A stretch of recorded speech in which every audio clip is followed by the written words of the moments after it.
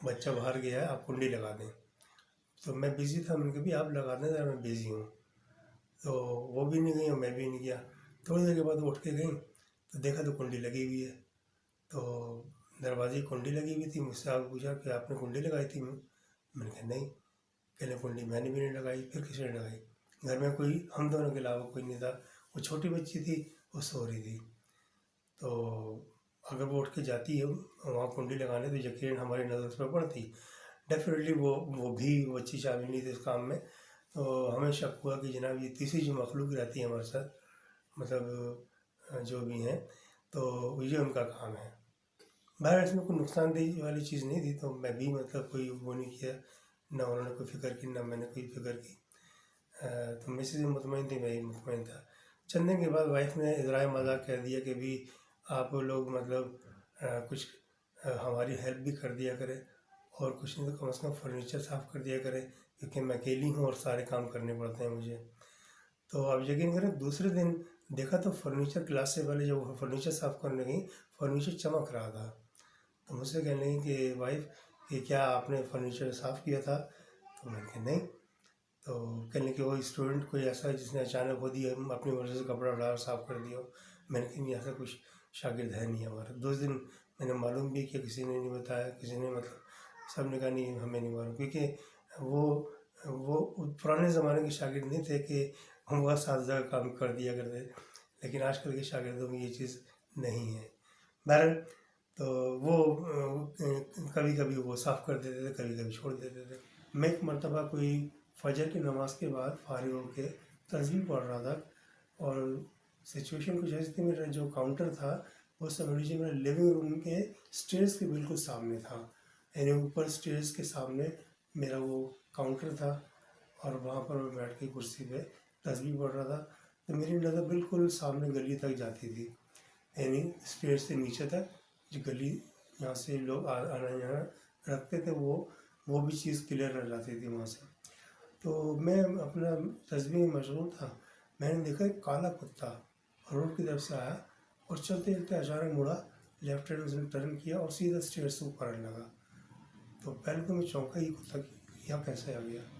بہرحال وہ کتے کی جو اسپیڈ تھی وہ دیکھ کے میں پریشان ہو گیا. کتا بہت اسپیڈ سے اوپر آ رہا تھا, جیسے وہ مطلب جانتا ہو یہ جگہ. میں نے وہ تسبیح جو میرے ہاتھ میں تھی, میں نے اس کو ایسی ڈرانے کے لیے ذرا سا جھٹکا کتے کی طرف کر کے. آپ یقین جانیے 2-3 تسبیح کے دانے میرے ہاتھ میں رہ گئے, اور اس کی ڈور ہاتھ میں رہ گئی. باقی پورے دانے ایسے بکھر کے ہم کتے کی طرف گئے ہیں کہ کتا ایک دم دہشت زدہ ہو کے پلٹ کے بھاگ گیا. اور اس کے بعد تسبیح کے دانے میں نے کئی مطلب منٹس لگا کے, کوئی گھنٹہ ہی لگا کے تقریباً وہ میں نے سارے دانے وہاں چنے. اور میری سمجھ سے بالادر کی اتنی مضبوط ریشم کی ڈور کی وہ تسبیح تھی, نہ جانے کتا کون تھا, کس مطلب کوئی مخلوق میں سے تھا, جن میں سے تھا, یا جو بھی ہے. بہرحال یہ کہ میں کافی پریشان ہوا اس سے. وہ لاسٹ واقعہ تھا وہاں کا جو اس گھر میں مجھے پیش آیا تھا. ایک اس وقت جو حالیہ جو بالکل لاسٹ جو پرابلم میرے ساتھ ہوئی وہ یہ رہی کہ میں لاسٹ ایئر نومبر میں, غالباً 22 نومبر تھا 2022, تو مجھے ہارٹ کا پرابلم ہوا, سرجری وغیرہ کی, پلاسٹک سرجری وغیرہ. اس کے وجہ پہلے وہ اسکرٹ وغیرہ ڈلتے ہیں, اس کے بعد جو ہے میں فارغ کر دیا گیا 24 گھنٹے رکھنے کے بعد. بہرحال اس کے بعد ڈاکٹرز نے مجھے ایڈوائز کی کہ آپ سیڑھیاں وغیرہ قطعی نہیں چھوڑیے گا. تو اب میرا بذات وہ 2nd فلور میں رہائش پذیر تھا, میرا کرایہ کا مکان تھا. تو مکان میں نے سوچا کہ چلو خیر ہم نیچے لے لیں گے گراؤنڈ فلور پہ. لیکن گراؤنڈ فلور کا مسئلہ یہ ہے کہ جناب اس میں آکسیجن جو ہے نا نیچے گراؤنڈ فلور والوں کے لیے ذرا مشکل سے پہنچ پاتی ہے. اب ہمیں کچھ سائنس کا پرابلم بھی ہے مجھے اور میری وائف کو, تو اس لیے مطلب ہم کوشش کرتے ہیں کہ 1st فلور پہ رہیں, اور بوقت مجبوری جب 1st فلور پہ نہیں مل پاتا تو 2nd 3rd اس صورت میں ہمیں کرنا پڑتا ہے, ادروائز مسئلے کھڑے ہوتے ہیں. اینی وے ہم نے ایک مکان بڑی مشکل سے تبدو کر کے حاصل کیا. اچھا وہ بہت پرانی کنسٹرکشن تھی, تو بس اس پہ بڑی بڑی کھڑکیاں دیکھی ہم نے, اور بڑے کمرے دیکھے، جو کھڑکیاں تھی وہ اتفاق کے کارنر کا مکان تھا، دو طرف گلی تھی، لیفٹ اور رائٹ، یعنی بیک سائڈ میں فرنٹ میں، اور فرنٹ میں بھی گلی تھی، یعنی 3 گلیوں کے کونے پہ تھا وہ. تو اس حساب سے وہ ہمارے لیے بڑا زبردست رہا مکان. تو جناب ہم خوشی خوشی وہاں روانہ ہوئے. تو میرے بیٹے کا ایک بیٹا ہے اور جبکہ ایک بیٹی ہے. بیٹی یعنی میری پوتی کم بیش 7 سال کی ہوگی، اور جو پوتا ہے میرا وہ کم و بیش کوئی 2 سال کا ہوگا. اس وقت وہ 2 سال کا تھا. یہ آج سے کچھ 7-8 مہینے پہلے کی بات ہے جب ہم اس مکان میں رہائش پذیر ہوئے. تو ہوا یہ کہ شروع کے چند دن بڑے مطلب صحیح گزرتے رہے. پھر اچانک بچی جو پوتی میری وہ جناب میری بیمار پڑ گئی. اچھا، وہ کچھ ایسی بیمار پڑی کہ اس کی کچھ جو اس کے سمپٹمس وغیرہ تھے ڈاکٹرز کی سمجھ سے بالا تر تھے. تو ان کو سمجھ میں نہیں آئی کہ بیماری کیا ہے. بہرحال ان کا علاج جو ان کی سمجھ میں آتا رہا وہ کرتے رہے. تو الغرضی تقریباً 1.5-2 مہینے علاج چلتا رہا. بچی کمزور ہو گئی بہت زیادہ. تو بہرحال یہ کہ اس کا کچھ پھر انہوں نے بہو نے میری روحانی علاج کروایا. تو اسی اثنا میں نا تو پوتا میرا بیمار ہو گیا. وہ بچی کچھ بہتر ہونے لگی تو اتنے میں پوتا بیمار ہو گیا. پوتے نے پوتی سے زیادہ ٹائم لیا اور سوکھ کے کانٹا ہو گیا. اس نے کھانا پینا چھوڑ دیا تھا پوتے نے میرے.